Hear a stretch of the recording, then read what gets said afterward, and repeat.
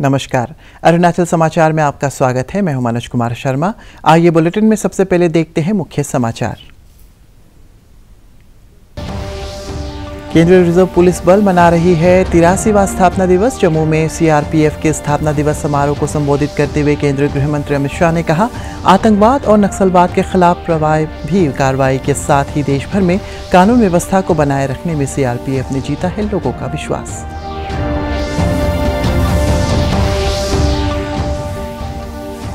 उप मुख्यमंत्री चाउना मेन, विधानसभा अध्यक्ष पासांग दोरजी सोना, विधायक बालो राजा, जाम्बे ताशी, न्यामर कारबाग और चाओ जिग्नू नामचुम ने आज शी योमी जिले के चूपाला मेचुका में नेहनांग लोसर उत्सव में लिया हिस्सा। श्री मेन ने लोगों से अपनी सांस्कृतिक विरासत के संरक्षण की अपील। स्वास्थ्य मंत्री आलो लिबांग ने ट्रिम्स नाहरलगुन में आपातकालीन सेवाओं का लिया जायजा। ट्रॉमा सेंटर के निरीक्षण के दौरान अधिकारियों से ओपीडी ब्लॉकों में निर्माण कार्य में तेजी लाने का दिया निर्देश। स्वास्थ्य मंत्री ने ट्रिम्स परिसर में Arunachal state nursing college building का भी लिया जायजा।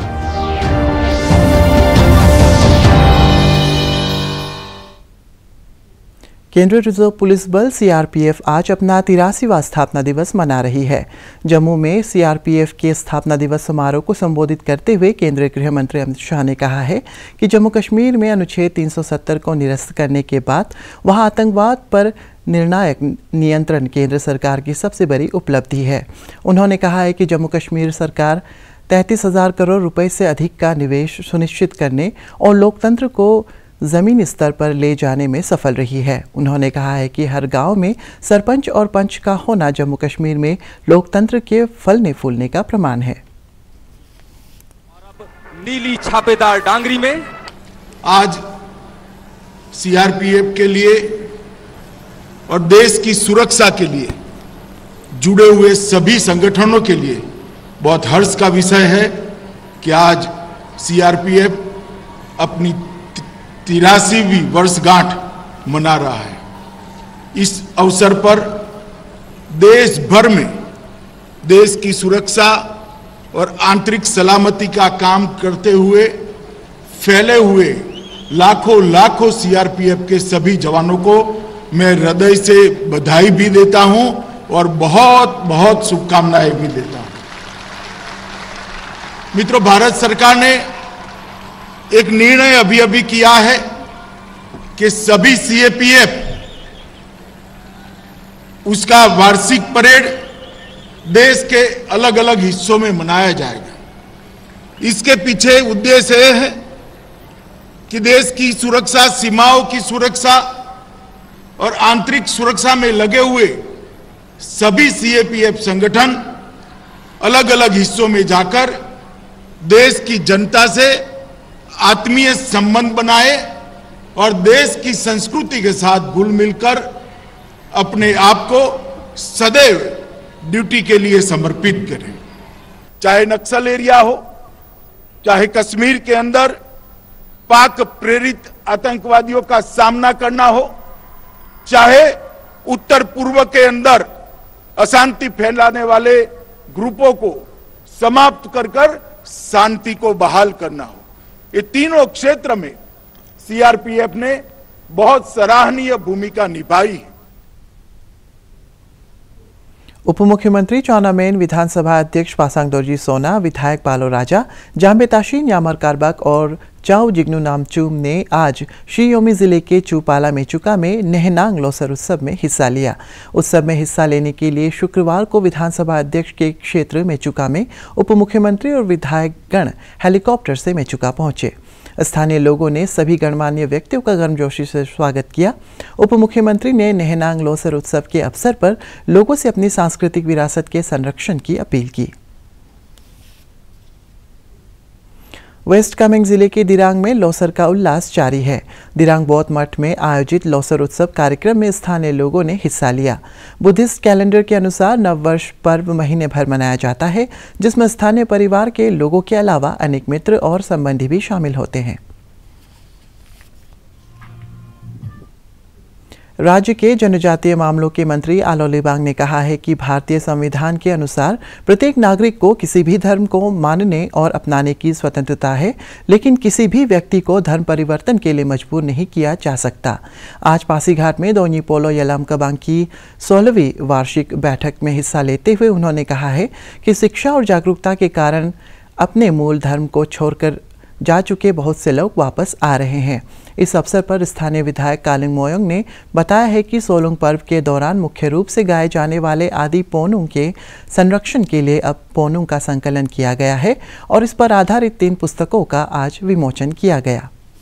नहीं कर सकते, वो पार्लियामेंट में भी पास किया है, लेकिन जब हमारे यहाँ में इंडिया एक सेकुलर स्टेट है, सेकुलर स्टेट में जो भी रिलीजन ऑप्शन आप अपडेट कर सकता है, फिर भी कन्वर्शन होना वो एक जुल्म है।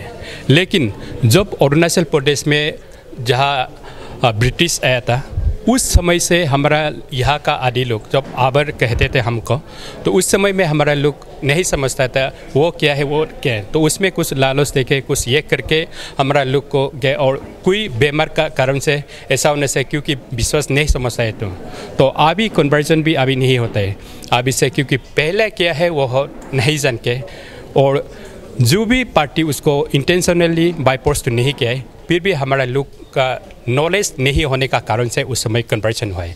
अभी जब पब्लिक सब अवेयरनेस हो गया तब अभी नहीं हुआ, क्योंकि इवन ऑलरेडी जाने वाला भी वापस आता है अपना कल्चर को, अपना ट्रेडिशन को, अपना जो इकोसिस्टम को बरकरार रखने के लिए और अच्छा पाके वापस आने भी बहुत हो रहा है। ये अभी स्पेशली आज का है 16 जनरल मीटिंग है हमारा दोन्यी पोलो यलाम कबांग का। तो एक जैसे हम लोग सोलुंग में हम लोग जो पोनुंग आता है उसको एक्चुअली हमला अभी तक जनरेशन में हमारा ओरल से हम लोग पास ऑन करते जा रहे हैं, लेकिन अच्छा लगा है कि आज ये हमारा रिटर्न डॉक्यूमेंट में आ गया। जैसे हमारा एकोप तख्तर हो गया, बिनजार हो गया, लिमु लिबोम हो गया, मैंने इसको हम लोग जनरेशन में पास ऑन करना पड़ेगा। जैसे इसमें सर्टेन वर्ड से हाँ स्टार्टिंग में समझने के लिए तकलीफ होगा, लेकिन वो पूरा हिस्ट्री को बताता है, वो 3 दिन 4 दिन लग जाता है। तो अभी हम लोग 3 बुक ये क्या है अभी एक हम लोग का तकुताबाद बोलता है, जो रिबॉन काटता है उसको तकुताबाद किया है, इसको हम लोग पास ऑन करना पड़ेगा। वो नहीं कि बुक रिलीज़ कर दिया हम लोग के लाइब्रेरी में रखने से नहीं होगा, इसको हम लोग पढ़ना पड़ेगा। राज्य सरकार और स्थानीय जनजातीय सांस्कृतिक धरोहर के संरक्षण और प्रचार प्रसार में योगदान दे रही है। इसी के तहत पापुमपारे जिले के ताराजुली में गालो हेरिटेज सेंटर स्थापित किया गया है। तूतम आओ वेलफेयर सोसाइटी ने गालो हेरिटेज सेंटर के प्रवेश द्वार का निर्माण कराया है। तूतम आओ वेलफेयर सोसाइटी के वरिष्ठ सदस्य मार्लियते ने बताया है कि इस हेरिटेज सेंटर के माध्यम से रीति रिवाजों के संरक्षण और युवाओं को प्रशिक्षित करने से संबंधित गतिविधियों पर जोर दिया जा रहा है। कहीं भी रहो, अपना एक कल्चर को प्रिजर्व करने के लिए एक आपको जगह जरूरी है। तो उसके लिए हमारे गालो समाज ने ये एरिया को लिया, जिसमें हम लोग का कॉमन ये गालो का मोबिन एरिया हेरिटेज बना के रखा है। तो इसमें हम लोगों का जो भी एक्टिविटी होता है गालो के किसी भी ये सब अपना ये क्लाइंट्स का, तो कुछ जो भी एक्टिविटी यहाँ पे हम लोग करते हैं और अपना जो ट्रेडिशनल कल्चर लुक को हम लोग जो भूल गया, आज भी हम लोग आया एक ड्रेस कोड में, तो जो इस ड्रेस कोड में नहीं आते हैं उसको फाइन लिया जाता है आज के दिन में भी। तो ये सब कल्चर को जो हम लोग भूल चुके हैं उसे रिवाइव करके ये छोटा। स्वास्थ्य मंत्री आलो लिबांग ने शुक्रवार को तोमोरिबा स्वास्थ्य एवं चिकित्सा विज्ञान संस्थान ट्रिम्स नाहरलगन में आपातकालीन सेवाओं का जायजा लिया।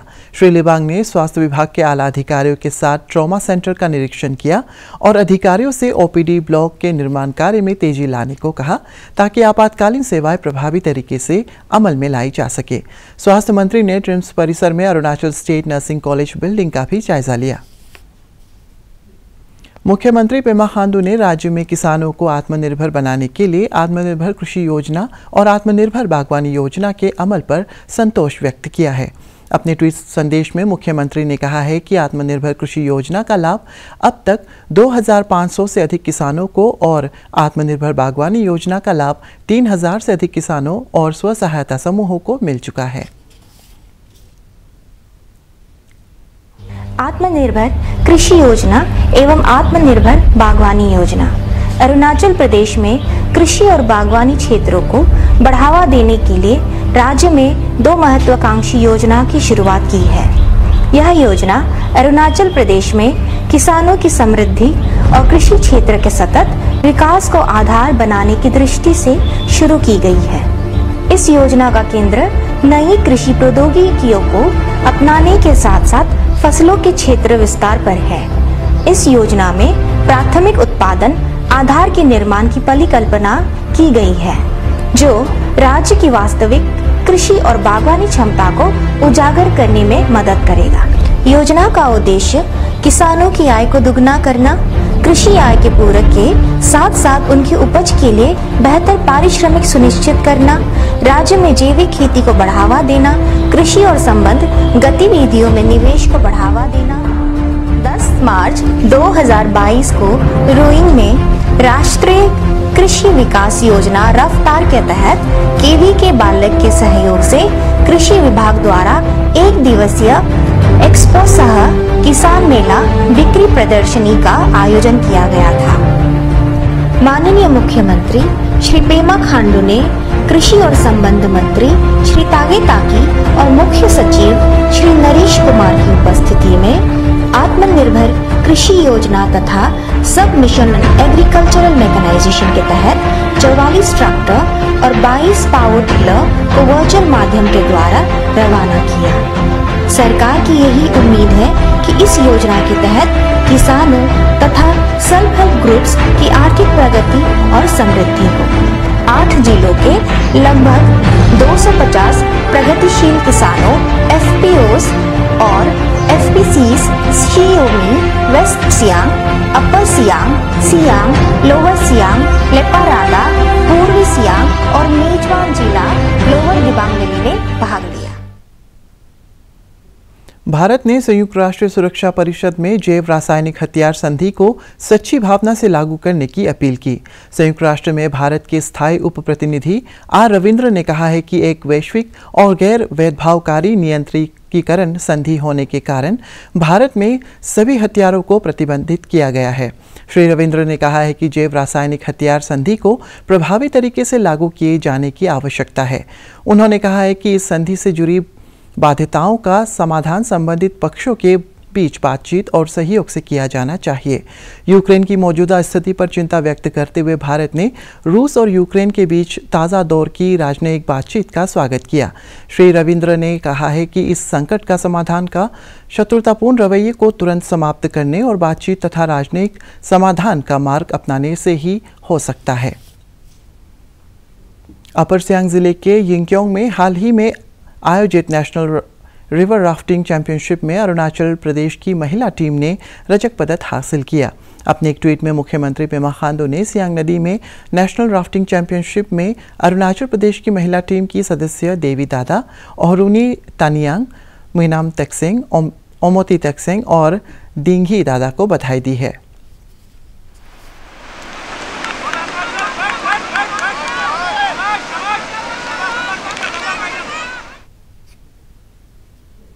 पापुमपारे जिले के किमिन में स्थित ITBP के रिक्रूट ट्रेनिंग सेंटर में बल के अधिकारियों और जवानों ने मिलकर होली मनाई।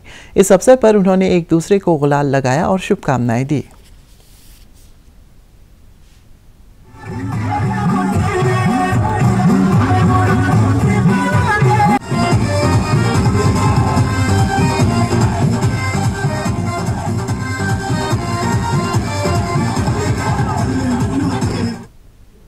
भारत का शानदार स्वाधीनता संघर्ष आधुनिक विश्व के महानतम संघर्षों में से एक है। दूरदर्शन समाचार द्वारा प्रसारित किए जा रहे आज़ादी का सफर में आज हम बात करेंगे आज़ाद हिंद फौज के बारे में।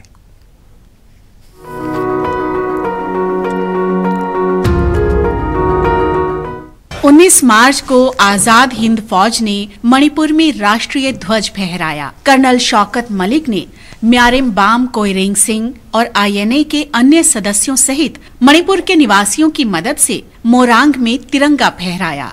सुभाष चंद्र बोस ने 1943 में जिस ध्वज को मान्य किया था वो पूर्ण स्वराज ध्वज का रूपांतर था। इसमें ऊपर केसरिया रंग की पट्टी पर आजाद शब्द और नीचे की हरी पट्टी पर हिंद शब्द लिखा था। और बीच की सफेद पट्टी पर गांधी जी के चरखे की जगह आक्रमण को आतुर बाघ का चित्र था, जो आईएनए की प्रबल शक्ति और संघर्ष की अदम्य इच्छा का प्रतीक था। इंडियन नेशनल आर्मी की स्थापना कैप्टन मोहन सिंह ने सितंबर 1942 में सिंगापुर में की थी। सुदूर पूर्व में जापान के भारतीय युद्ध बंदियों के साथ निर्वासित राष्ट्रवादी नेता रास बिहारी बोस की अध्यक्षता में भारतीय स्वतंत्रता लीग के समर्थन से इसकी स्थापना की गई थी। 1943 में सुभाष चंद्र बोस के आगमन ने इस मुक्ति सेना में नई जान फूंक दी। जुलाई में सिंगापुर में एक बैठक के दौरान रास बिहारी बोस ने संगठन का नियंत्रण सुभाष चंद्र बोस को सौंप दिया। बोस सेना को पुनर्गठित करने में समर्थ रहे। उन्हें दक्षिण पूर्व एशिया में निर्वासित भारतीयों का भरपूर समर्थन मिला। उन्होंने आईएनए में शामिल होकर और वित्तीय रूप से भी सहयोग किया। इंडियन नेशनल आर्मी में एक पृथक महिला इकाई सहित लगभग 85,000 सैनिक थे। महिला यूनिट रानी झांसी रेजिमेंट का नेतृत्व कैप्टन लक्ष्मी स्वामीनाथन के हाथों में था। आईएनए ने इंपीरियल जापानी आर्मी के साथ मिलकर बर्मा, इम्फाल और कोहिमा में ब्रिटिश और राष्ट्रमंडल सेना का और बाद में मित्र राष्ट्र की सेना का मुकाबला किया।